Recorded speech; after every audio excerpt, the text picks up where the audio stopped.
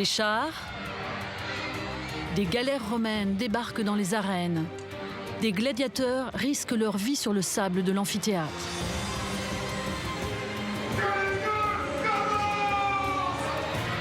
Du haut de leurs 2000 ans d'histoire, à Nîmes comme à Arles, les monuments romains retrouvent une nouvelle jeunesse. On est dans un monument qui a été édifié par les Romains pour du spectacle. On ne peut pas montrer autre chose que du spectacle. Le patrimoine antique à la cote, car aujourd'hui, on ne se contente plus de le restaurer et de le faire visiter, on lui redonne vie. C'est une mise en valeur qui est intelligente, mais qui permet de faire rentrer de l'argent. Et le patrimoine sans argent, il ne peut pas exister. Pour les villes, ce patrimoine est une lourde charge. Booster la fréquentation devient le cœur de toute leur stratégie marketing. L'Antiquité est un enjeu économique majeur. La culture, ça se gère. Il n'y a pas d'argent sale en culture. Le défi est de taille, préserver un patrimoine inestimable sans le dénaturer. Nous sommes là dans une mission de service public. On ne va pas en faire un Disneyland romain. Les municipalités rivalisent d'idées pour se démarquer et attirer un nouveau public, amateur d'histoire.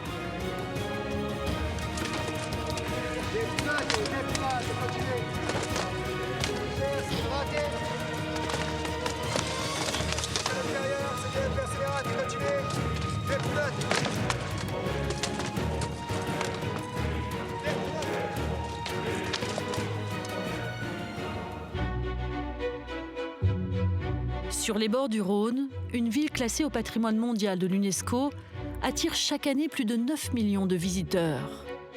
C'est Arles. Arles est la ville qui compte le plus de monuments romains après la capitale italienne. Son théâtre antique est l'un des premiers théâtres en pierre du monde latin. À quelques rues de là, 300 000 personnes viennent tous les ans découvrir son amphithéâtre.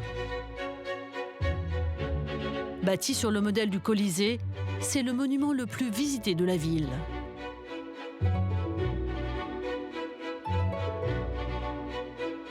Arles était une ville industrielle jusqu'au milieu du XXe siècle. Les temps ont changé. Aujourd'hui, la ville parie sur la culture et sur son patrimoine pour développer son économie. Chaque année, à la fin du mois d'août, les légions romaines envahissent les rues de la cité.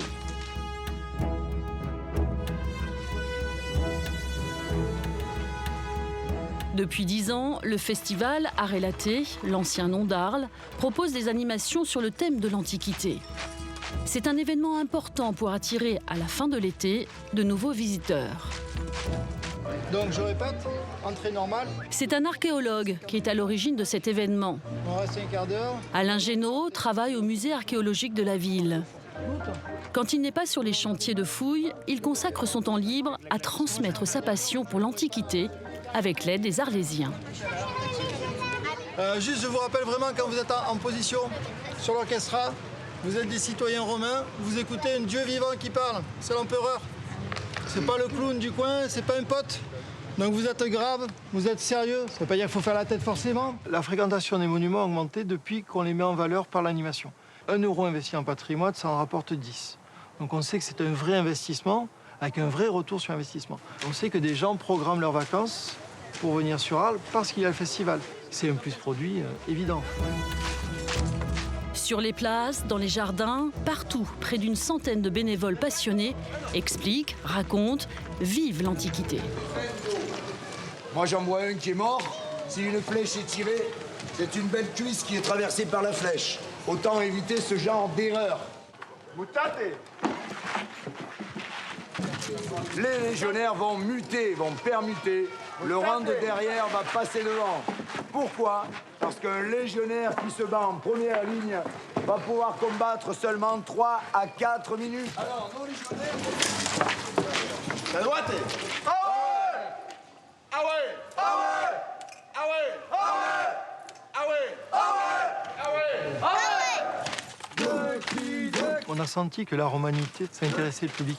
On a la chance d'avoir ici sur Arles un patrimoine archéologique qui est très important. Et l'idée, c'était de rendre ça vivant. On s'est dit, c'est à nous d'aller trouver les gens et de leur dire, regardez, voilà, l'Antiquité, c'est intéressant, c'est sympa, on a des choses à apprendre, mais on peut les apprendre de manière vraiment détendue. Donc apporter un plus, nous les scientifiques, j'allais dire pour le vendre, l'expression choquera peut-être dans la bouche d'un scientifique, mais pour le vendre et faire en sorte que la population touristique a envie de venir à Arles plutôt qu'ailleurs. Parce qu'ici, ils vont trouver quelque chose qu'ils n'auront pas ailleurs forcément.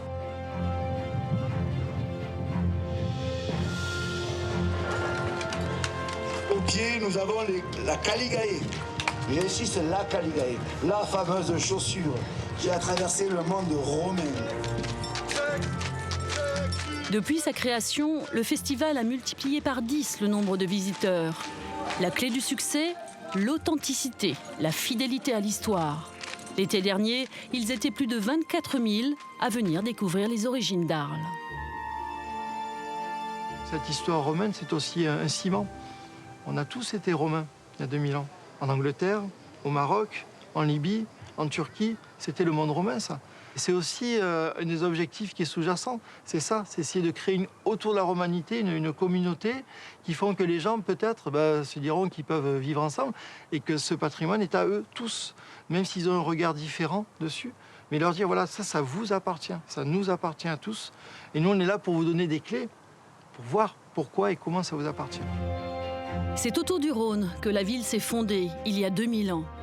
Arles était alors une cité phare de l'Empire romain. L'Empire romain, une incroyable épopée partie de Rome et qui s'étend sur tout le bassin méditerranéen. Au 1er siècle avant Jésus-Christ, la Gaule n'échappe pas à celui dont personne n'a oublié le nom, Jules César. La civilisation romaine y a laissé des vestiges grandioses dont Nîmes et Arles sont parmi les plus beaux exemples.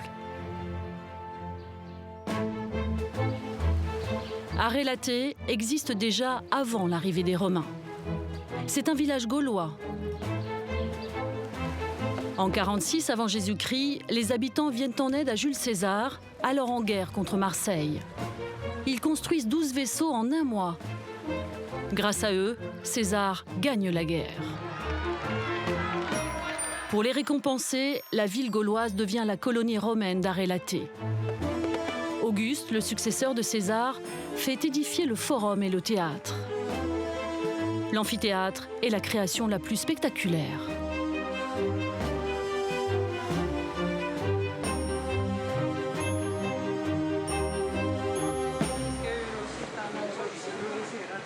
Des touristes de 110 nationalités différentes passent ici 1 à 2 journées en visitant la région. Pour les garder un peu plus longtemps, les Arlésiens cherchent à valoriser non seulement les monuments, mais aussi la culture que nous ont laissée les Romains. La nouveauté qui est apportée par les Romains, c'est le spectacle, les arts du spectacle et le spectacle de masse. C'est une société qui est riche, qui génère suffisamment de surplus pour pouvoir investir dans le superflu. Le superflu, c'est de grands monuments de spectacle et l'amphithéâtre constitue le monument le plus caractéristique de la civilisation romaine. Il est dédié à un sport-spectacle, c'est les combats de gladiateurs.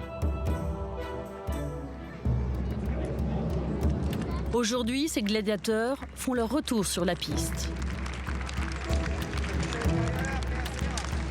Durant tout l'été, la ville engage une équipe de reconstituteurs pour animer l'amphithéâtre. La représentation des combats n'augmente pas le prix du billet d'entrée aux arènes. Pour 4 €, les visiteurs découvrent le monument avec l'animation. Un souhait de la municipalité qui cherche avant tout à attirer les gens en ville.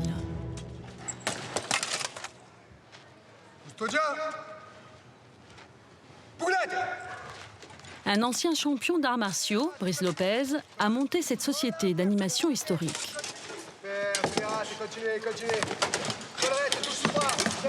Hier, au spectacle, il y a une famille de Montpellier qui a dit c'est la première fois qu'on vient à Arles. Montpellier, c'est pas si loin, c'est génial. Eh ben, elles ont payé l'entrée, les enfants ont mangé sûrement une glace après, elles ont payé le parking. Ils ne seraient jamais venus s'il n'y avait pas eu le spectacle. Elle a dit ah, j'ai vu que vous étiez là, donc je suis venu. Et c'est ça qui compte. Et oui, ça crée de l'économie, et tant mieux. L'économie, l'argent, c'est pas un mot sale, hein, c'est pas... Moi, je suis chef d'entreprise, donc... Mais en même temps, on peut faire de l'économie humaine. On peut faire de l'économie à échelle humaine, on peut faire de l'économie en touchant les gens, en étant respectueux des gens, et respectueux du patrimoine, et respectueux de l'histoire. Pour moi, c'est pas des choses qui s'opposent, c'est des choses qui s'additionnent, à condition de le faire bien. Et pour Brice Lopez, faire les choses bien, ce n'est pas juste faire du spectacle. C'est proposer une animation présentant les combats de gladiateurs tels qu'ils se pratiquaient durant l'Antiquité. Ici, pas de mise en scène, mais de la véritable reconstitution historique. Cette entreprise a un objectif qui est celui de la recherche et de la découverte. Donc on pourrait dire que ce que je recherche, c'est retrouver l'essence de ce qu'était la gladiature, ou en tout cas les sports historiques. C'est pas simplement mettre une armure de gladiateur. C'est pas simplement reconstituer un casque tel qu'il était à Pompéi. Je le mets, je me bats avec, et ça y est, je fais de l'expérimentation. Non, il faut que ça corresponde à ce qu'on voit dans l'archéologie, et puis que physiquement, ça puisse correspondre à une pratique.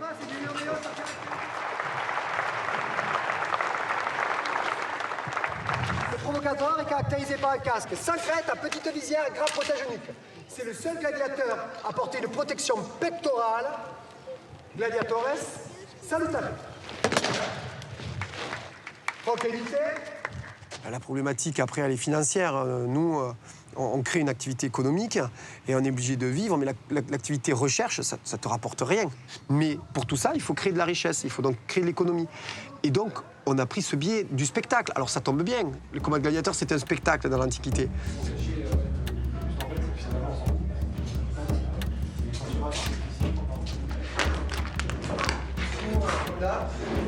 Donc il y a pas mal de monde, on se concentre bien, technique comme d'habitude, pas mal de rythme. Et puis, pas de blessés. voilà, ça va bien se passer. La recherche concerne aussi l'équipement des gladiateurs. Il est complexe à fabriquer et demande à être fréquemment renouvelé. Un coût important pour l'entreprise, car chaque équipement coûte plus de 1 500 €. Les armes sont fidèles à celles de l'Antiquité, mais non affûtées. Casques de fer ou de bronze, certains pèsent jusqu'à 8 kilos. Plus tu as besoin de matériel, plus tu as besoin d'argent, plus tu veux faire de spectacle, mais plus tu as besoin de recherche. Et voilà, c'est un cercle, il faut arriver à ce qu'il soit vertueux. Et là, aujourd'hui, on commence à être dans la partie vertueuse du cercle. Ça a été très difficile au départ. Aujourd'hui, Brice fait travailler plus de 20 personnes. Il enseigne aussi. Alain Génaud, le fondateur du festival, est l'un de ses élèves. L'archéologue s'est mis à la gladiature il y a 7 ans et participe aux animations de façon bénévole. Il faut que tu fasses super tes défenses, et quand tu fais tes contre-attaques, qu'elles soient extrêmement violentes, courtes et péchues, comme ça, du coup, il y a le côté spectacle.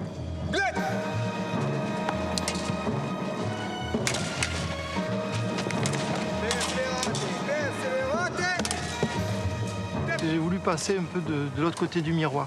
C'est-à-dire que moi, sur les gladiateurs, j'avais une connaissance livresque. J'ai voulu le vivre pour mieux en parler. Et au-delà de faire un bon combat pour moi, il y a aussi un enjeu de spectacle, puisqu'on fait ce combat devant du public. Donc il faut aussi penser à ce public, il faut qu'il voit des choses intéressantes. Et du coup, c'est une mise en valeur qui est intelligente, mais qui permet de faire rentrer de l'argent. Et le patrimoine sans argent, il ne peut pas exister.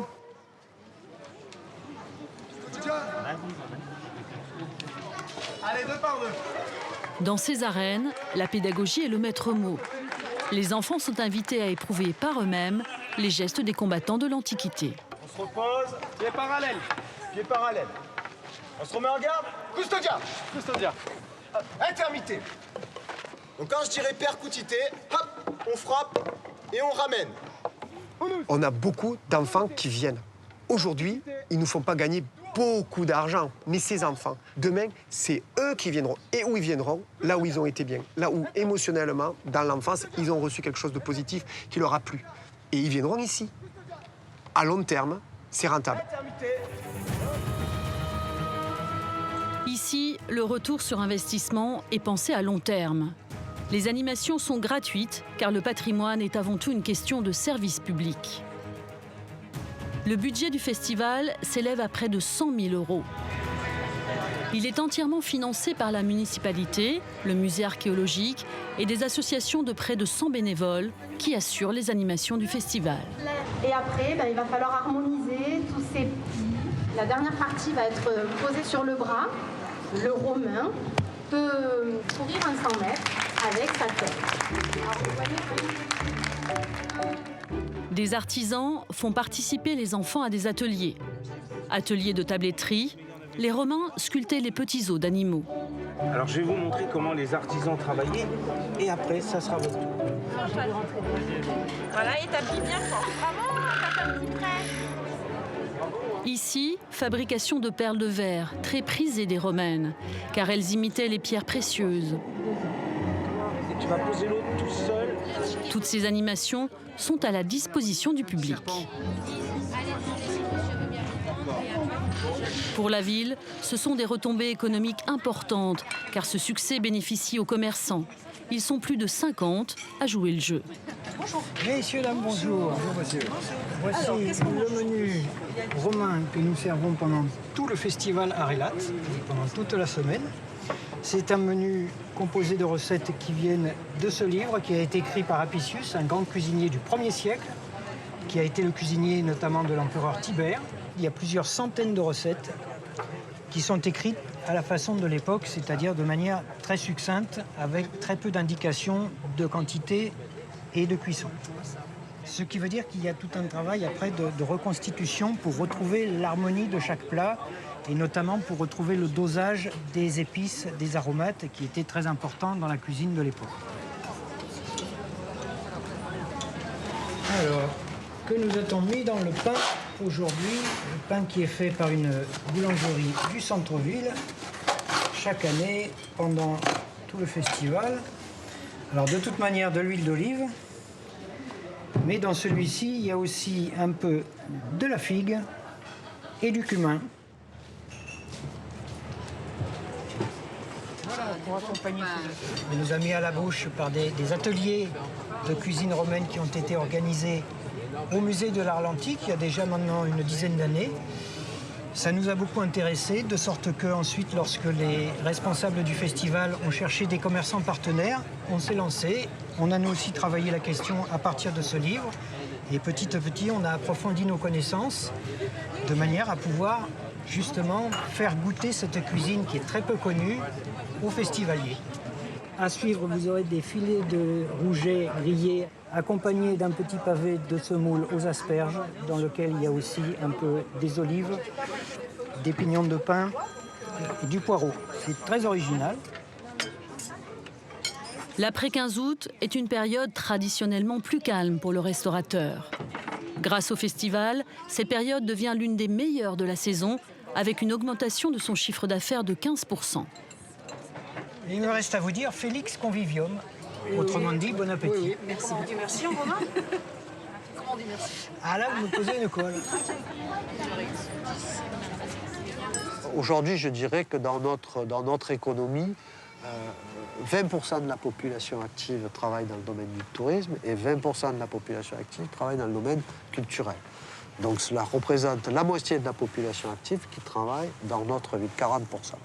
Deuxième élément, je pense que 30% des richesses créées dans notre ville, dans notre commune, on le doit aux politiques culturelles et aux politiques patrimoniales qui sont conduites par la ville et les acteurs publics et par les acteurs privés. En matière de politique culturelle, le musée archéologique d'Arles joue un rôle essentiel dans l'économie de la ville. Il faut dire que durant l'Antiquité, Arrelaté était d'une très grande richesse.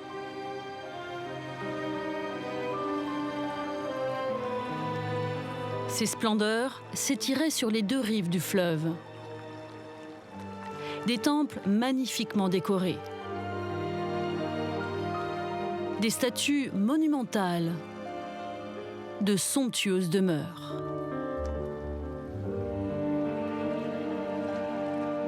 Cette richesse a été révélée récemment par d'importantes fouilles aquatiques. En 2007, les scientifiques ont retrouvé dans le Rhône des vestiges spectaculaires, comme un très rare buste de Jules César, sculpté de son vivant.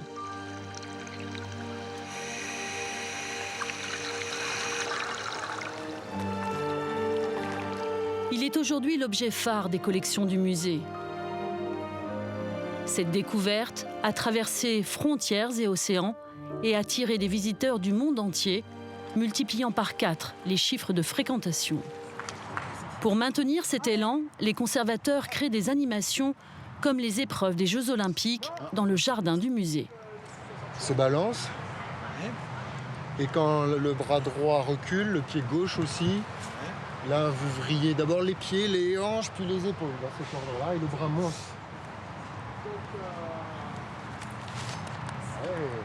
C'est un bon premier ordre, c'est ça. C'est la société de Brice Lopez que le musée a engagée pour ces démonstrations. Lancer de disques ou de javelots, lutte gréco-romaine, ici aussi, les animations sont gratuites. Proposer des Jeux Olympiques au musée, c'est peut-être l'occasion de faire venir des visiteurs qui vont plutôt être motivés par la dimension sportive de la chose et pour qui l'idée du musée est encore rattachée à des souvenirs scolaires qui sont peut-être des souvenirs pas très agréables. C'est un investissement qui coûte effectivement de l'argent. Les animations qui se situent derrière moi sont gratuites. Mais ce qui est clair, c'est que nous attendons de ces visiteurs qu'ils poussent, peut-être dès aujourd'hui, la porte du musée, qu'on ait pu récupérer à cette occasion une adresse électronique, un contact, qu'on ait pu donner une documentation. C'est un investissement à long terme. Et ça sera éliminé pour Cyril. Le javelot lancé est obligatoirement léger et creux. Donc, on suppose qu'ils utilisaient du sureau, de la canne. Nous, aujourd'hui, du bambou. Allez! Bon. C'est bon, quand tu veux. Allez, c'était pas obligé de t'arracher.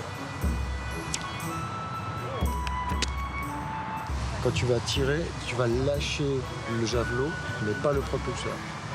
Ensuite, il faut refermer les doigts et le javelot, il va partir comme ça. C'est bon?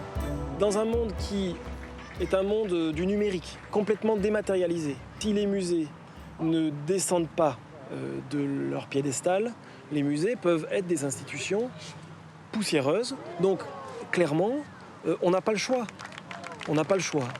Un musée, un monument doit pleinement ouvrir ses portes de différentes façons, avec des stratégies différentes pour qu'il ait une existence dans la société d'aujourd'hui.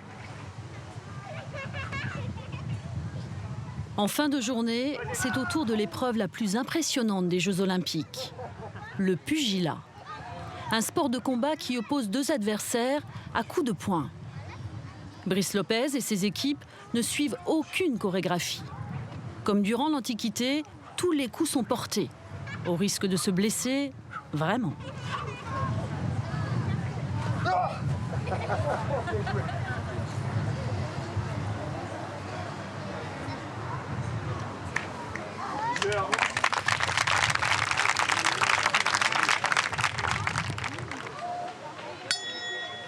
Ainsi, j'apporte aux athlètes vainqueurs ce don des muses et j'en fais hommage à ceux qui ont triomphé à Olympie. Cette démarche porte ses fruits. Aujourd'hui, le musée accueille 150 000 visiteurs par an, 20% de plus qu'avant. Un public familial fasciné par ces trésors, comme cet incroyable bateau à fond plat.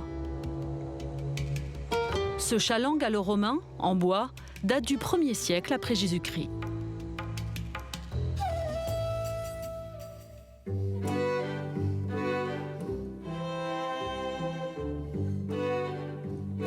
L'autre grande attraction culturelle d'Arles, c'est son théâtre antique, construit à l'époque de l'empereur Auguste. Aujourd'hui, il reste une partie des gradins et 2 colonnes parmi la centaine qui ornaient le mur de Seine.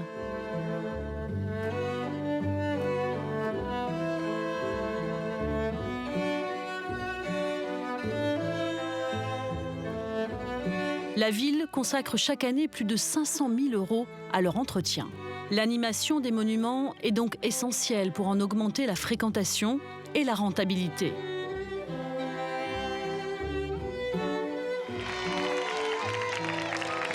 Le spectacle de clôture est organisé dans le théâtre. C'est ici même qu'en 122, l'empereur Adrien a offert aux habitants leur premier jeu.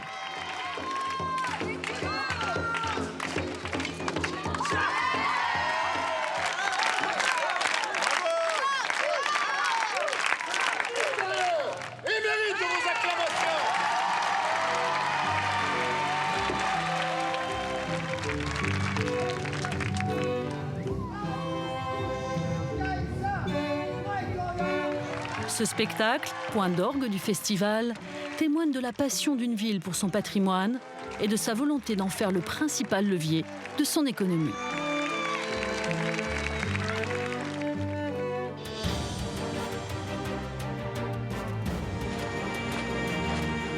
À 30 km d'Arles, une autre grande ville romaine a fait un choix radicalement différent pour valoriser ses monuments.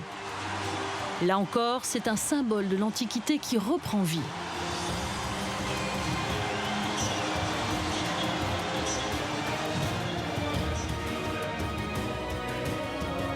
Ne vous y trompez pas, nous sommes bien au XXIe siècle et non en l'an 122 après Jésus-Christ.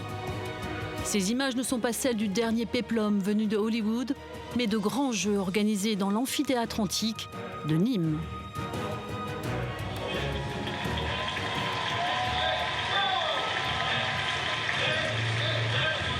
Pour rendre moderne, attractif le patrimoine romain, chaque année au printemps, plus de 500 reconstituteurs, passionnés d'antiquité, envahissent le sable des arènes.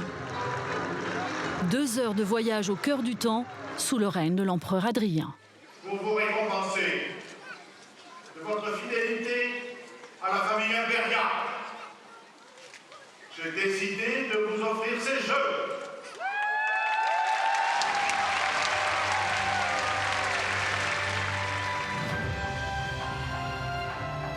Quoi de plus logique à Nîmes? La Rome française fut l'une des plus importantes colonies de l'Empire romain.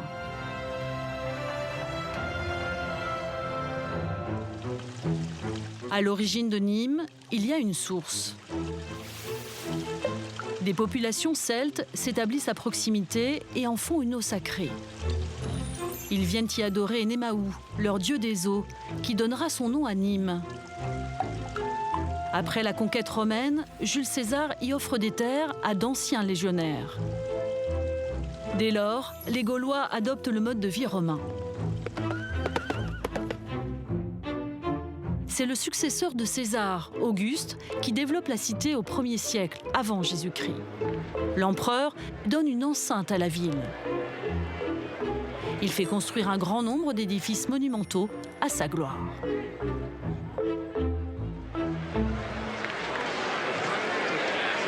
À l'époque d'Auguste, la parure monumentale explose complètement à ce moment-là. C'est un grand chantier, Nîmes, pendant des décennies.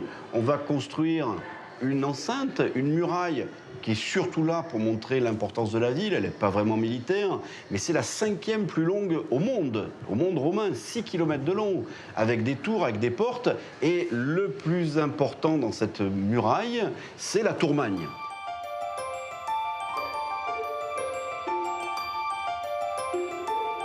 La Tourmagne est un vestige de cette enceinte. Du haut de ses 32 mètres, elle domine toute la plaine. Visible de loin, elle signalait la présence de la cité au pied de la colline.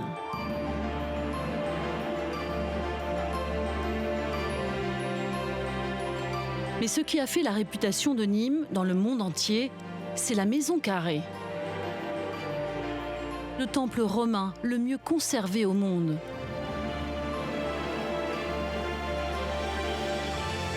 Cette maison fut une église au Moyen-Âge, une écurie, un lieu de réunion durant la Révolution française et même une préfecture au XIXe siècle. Des temples comme ça, il y en avait un peu partout, mais celui de Nîmes nous est parvenu dans un état exceptionnel de conservation. Il faut l'imaginer au cœur d'un forum, c'est-à-dire de la place centrale de la ville, un espace très important, c'est le cœur battant de toute cité romaine. C'est un bon témoignage du caractère extrêmement fin, extrêmement délicat des sculptures, des bas-reliefs, des chapiteaux corinthiens qui existaient à l'époque d'Auguste.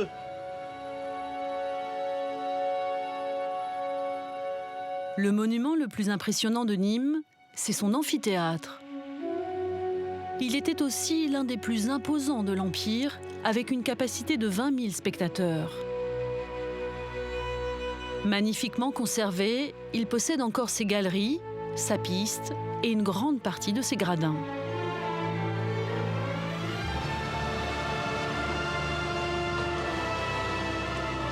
Entretenir ces monuments doublement millénaires représente un coût considérable.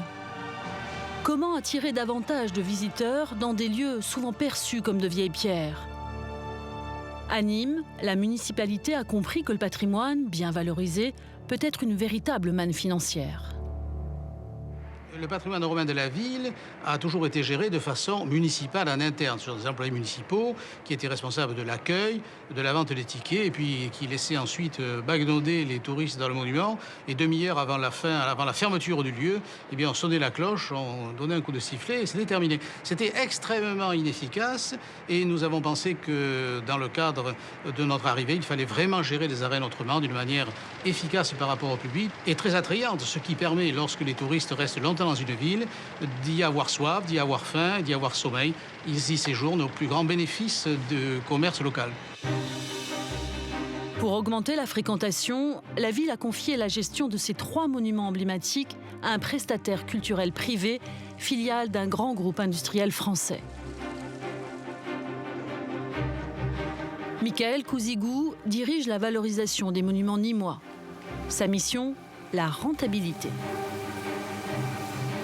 Tous les matins, il vient vérifier le dispositif mis en place pour l'accueil du public. Ici, dans le vestiaire des gladiateurs, on découvre l'Antiquité avec les yeux et avec les mains. Pour une fois, les enfants peuvent toucher les reproductions de casques, d'armures, de boucliers.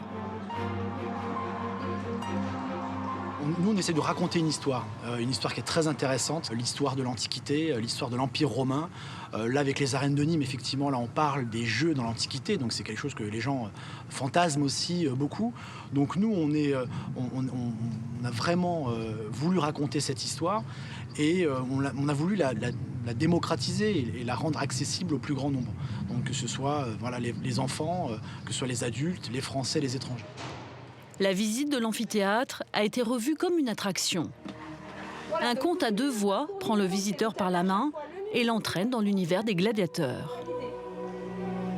Essayez d'oublier notre monde moderne et laissez-vous transporter dans le temps. Nous sommes au début du IIe siècle après Jésus-Christ et l'amphithéâtre de Nîmes vient d'être terminé. Les cris des marchands de boissons et de saucisses rajoutent à l'animation et au brouhaha. Enfin, les portes s'ouvrent. Vous vous précipitez dans les galeries et les escaliers sombres pour découvrir soudain cette piste recouverte de sable.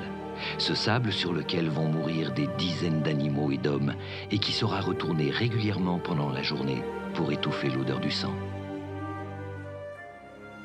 Pour pousser l'expérience encore plus loin, Michael Couzigou teste les dernières innovations.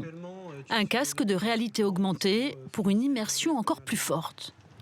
Alors moi, ce que j'aimerais, voilà, c'est qu'on soit vraiment à la place des Romains dans les gradins il y a 2000 ans. Quoi, tu vois, c'est vraiment un truc très immersif. Ouais, ça a été fait dans cette idée-là. D'accord. Ah ouais, donc là, effectivement, je vois tout le site à l'intérieur, les gradins, on voit bien le vélum. Donc il y a vraiment un bon niveau de détail aussi. Non, c'est vraiment bluffant. Et là, dans les évolutions qu'il y a à faire, on aura le casque avec justement tout l'environnement sonore qui sera intégré. Ouais, ça semblera très important d'avoir effectivement le son. Mais non, c'est déjà... en termes d'essai, c'est vraiment assez concluant, quoi.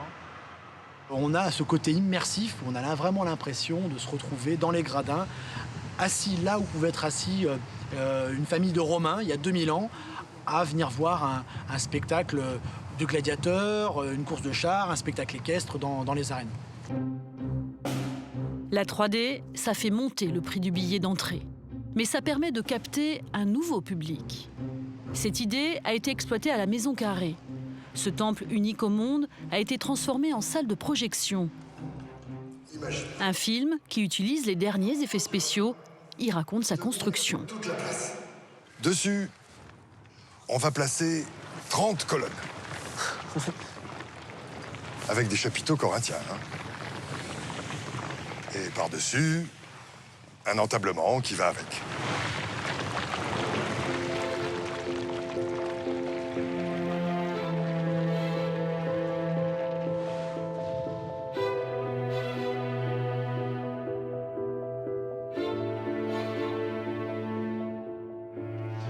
Moi, je vois pas pourquoi la science, et notamment l'histoire ou l'archéologie, devrait être ennuyeux.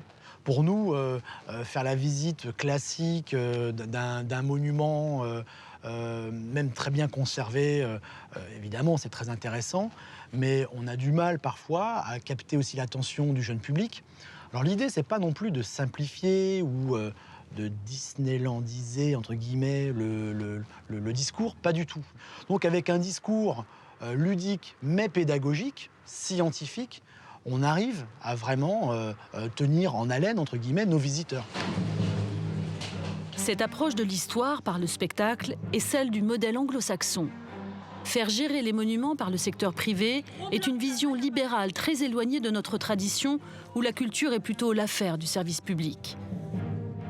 La société privée fait un chiffre d'affaires de 3 millions d'euros sur l'ensemble des monuments. Elle en reverse 10% à la ville. Notre volonté, c'est l'efficacité. Les entreprises privées ont une possibilité de communication, une possibilité de gestion beaucoup plus efficace qu'une collectivité publique, laquelle, pour acheter le moindre boulon, est obligée de faire un appel d'offres. Et puis, ils ont inventé aussi les fameux grands jeux romains.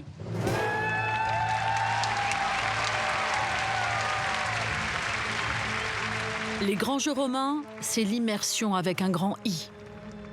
La plus grande reconstitution d'histoire antique d'Europe. Du spectaculaire, du monumental, à la dimension de l'édifice romain.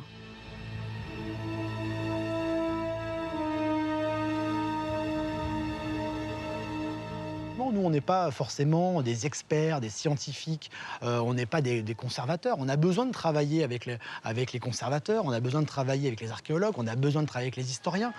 Nous, on est des valorisateurs, on est des médiateurs. Et on investit. Et effectivement, Culture Espace, le fait d'être une filiale d'un groupe tel que Kenji, on est vraiment là pour investir, on va mettre des moyens pour que la visite change et que la perception que le grand public va avoir de ce monument change du tout au tout. Depuis son arrivée en 2006, la société privée a investi plus de 3 millions d'euros dans l'animation des monuments. En 10 ans, le nombre de visiteurs a augmenté de 120%. On est dans un monument qui a été édifié par les Romains pour du spectacle. On ne peut pas montrer autre chose que du spectacle, et du grand spectacle, puisque là, on a de l'espace, on a une arène qui est très importante, on va pouvoir y mettre dedans jusqu'à 500 reconstituteurs, tous avec des costumes qui sont faits de manière extrêmement historique, extrêmement authentique.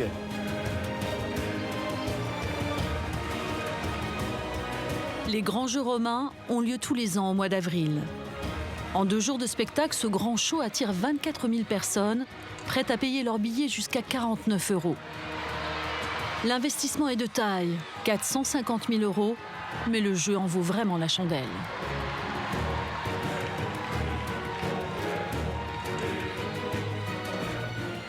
Depuis qu'on a fait les grands jeux romains depuis 2010 dans les arènes, on a une vraie progression de la fréquentation sur les monuments. Ça a fait énormément venir de presse, de télévision.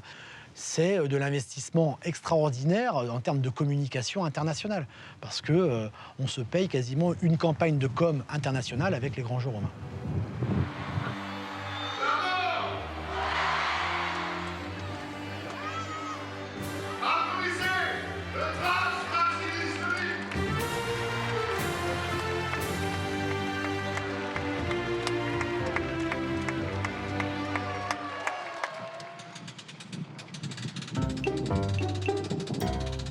Grâce à des éléments de décor monumentaux, les grands jeux romains retracent des événements mythiques comme la guerre de Troie. Ce matin, Michael vient voir son directeur de production pour parler du prochain spectacle. Il racontera les batailles navales des légions romaines pour la conquête de nouveaux territoires.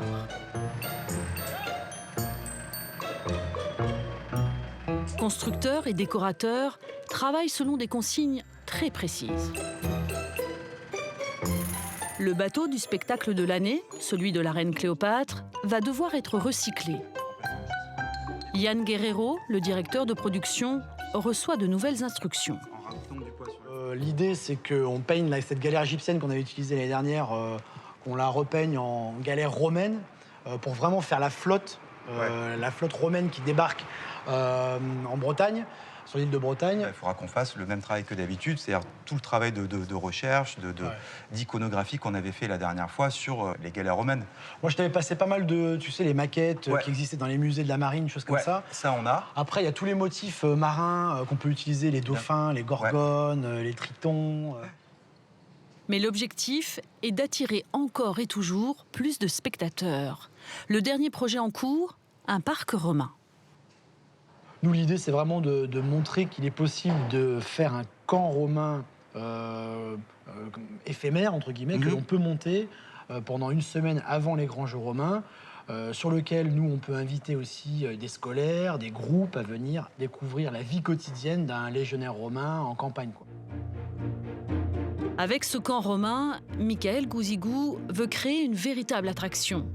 Une belle occasion de capter le public et d'allonger son temps de présence en ville.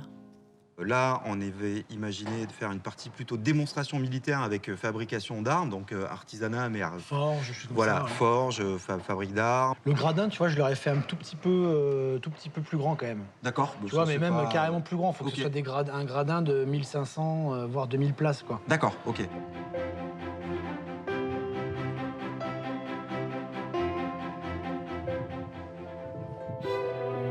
À Nîmes, on voit toujours plus grand. Prochaine étape, son inscription au patrimoine mondial de l'UNESCO pour acquérir une réputation internationale. On sait que lorsqu'une ville est labellisée UNESCO, elle a 30% de plus en gros de fréquentation pendant de très nombreuses années. Donc c'est un élément économique de grande importance. Cette reconnaissance universelle est de plus en plus difficile à obtenir. Mais Nîmes a un atout de taille, un argument important pour l'UNESCO. Ici, la romanité est partout. Toute l'architecture de la ville y fait référence, les hôtels particuliers des XVIIe et XVIIIe siècles. La gare du XIXe, inspirée des arcades de l'amphithéâtre. Et le palais de justice, qui rappelle la maison carrée.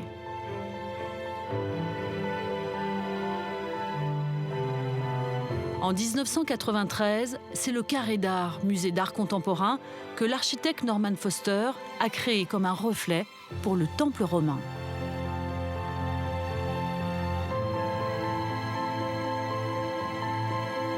L'ouverture en 2018 du nouveau musée dédié à l'Antiquité est un argument de plus pour décrocher le précieux label. Construit en face des arènes, il coûtera 60 millions d'euros. En attendant la réponse de l'UNESCO, la ville cherche à valoriser sa proximité avec l'un des fleurons du patrimoine romain, l'aqueduc de Nîmes.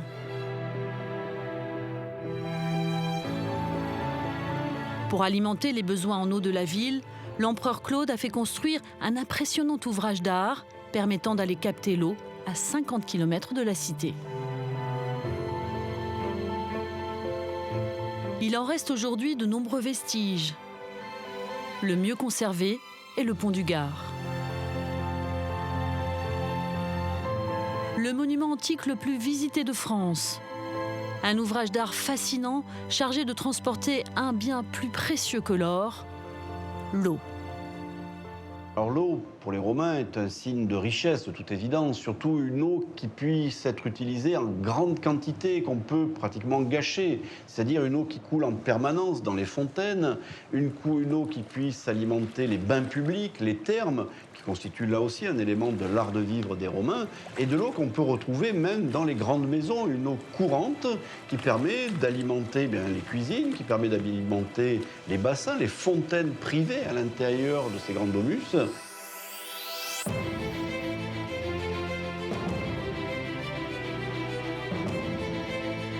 Pour transporter cette eau jusqu'à Nîmes, les Romains ont construit au 1er siècle un aqueduc qui a nécessité 20 ans de travaux. Avec son 1,5 million de touristes annuels, le pont du Gard est aujourd'hui un poids lourd de l'économie du territoire. Dans les années 2000, la région a décidé de créer un espace culturel invisible depuis le pont, avec musée et restaurant, pour accueillir les visiteurs du monde entier.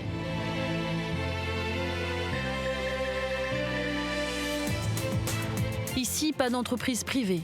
La gestion est publique. Nous sommes là dans une mission de service public. Et effectivement, il n'y a pas de dividende pour quelques actionnaires. C'est aussi une garantie en termes d'éthique sur le devenir de ce site. Ici, pas question, on ne va pas en faire un Disneyland romain. On est sur un monument qui a une histoire chargée et qui aussi a un bel avenir à la condition qu'on y puisse aussi faire de la pédagogie, de la culture, de la rencontre avec l'histoire. Bref, toute une série d'éléments qui nous permettent de donner du sens à ce monument. Cet aménagement a pourtant soulevé une vive polémique au niveau local. Il a été vécu comme une révolution car il y a 20 ans, voici à quoi ressemblait le pont du Gard.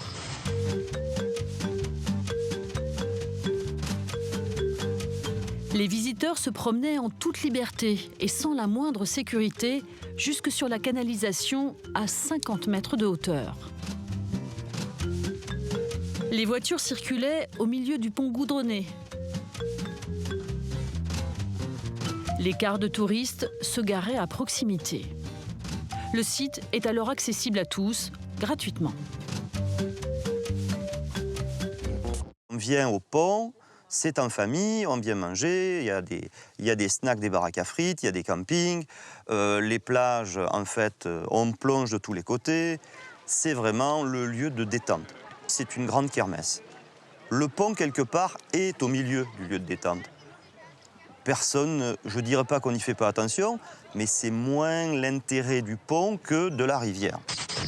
Tout le monde sur le pont. 9000 signatures contre le projet du Conseil général. Parc à touristes, aucun respect des habitants, les opposants ne mâchent pas leurs mots, leurs terres ne sont ni à prendre, ni à vendre. Ça fait mal au cœur, on est du coin maintenant, on est toujours venus se promener, c'est ça. Nous ça nous fait un peu mal au cœur d'être obligés de payer pour aller voir le pont du Gard. Désormais, le pont est fermé à la circulation et l'entrée du site coûte 18 € par véhicule. Un prix trop élevé pour les baigneurs, mais que le statut de ce monument unique justifie. Le classement de l'UNESCO nous a amené, disons, un public mondial. Évidemment, on ne peut plus faire les choses de la même manière. Le pont, c'est plus simplement un grand monument, un grand machin en plein milieu de la rivière qu'on vient voir ou dont on se sert comme plongeoir.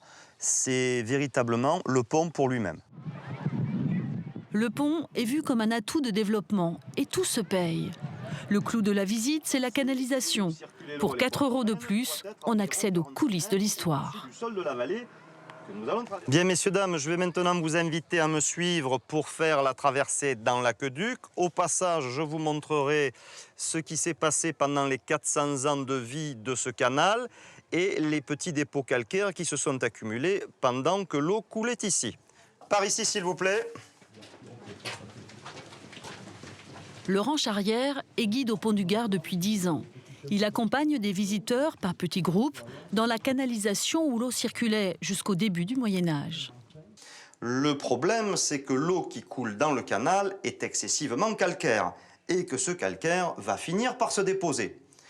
Comme les Romains n'ont pas d'autre solution, mis à part gratter les murs, le calcaire finira par recouvrir progressivement la paroi rouge jusqu'à obturer le canal de près de 40 cm d'épaisseur sur chaque mur. Ce dépôt se fait au rythme d'environ 1 à 2 mm par an, et ce sur près de 400 ans. Ce qui a changé, c'est aussi l'image de ce site qui a été valorisée, beaucoup plus valorisée que ce qu'elle était.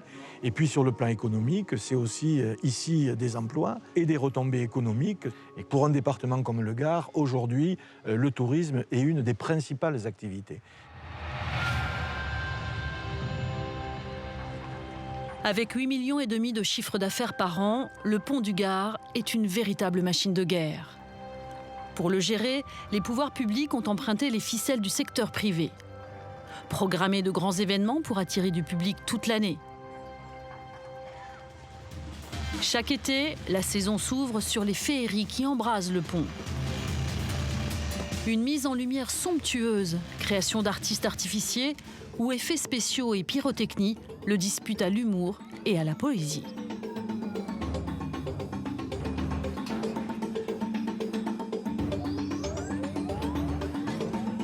Ce grand événement témoigne des ambitions de la région pour son patrimoine.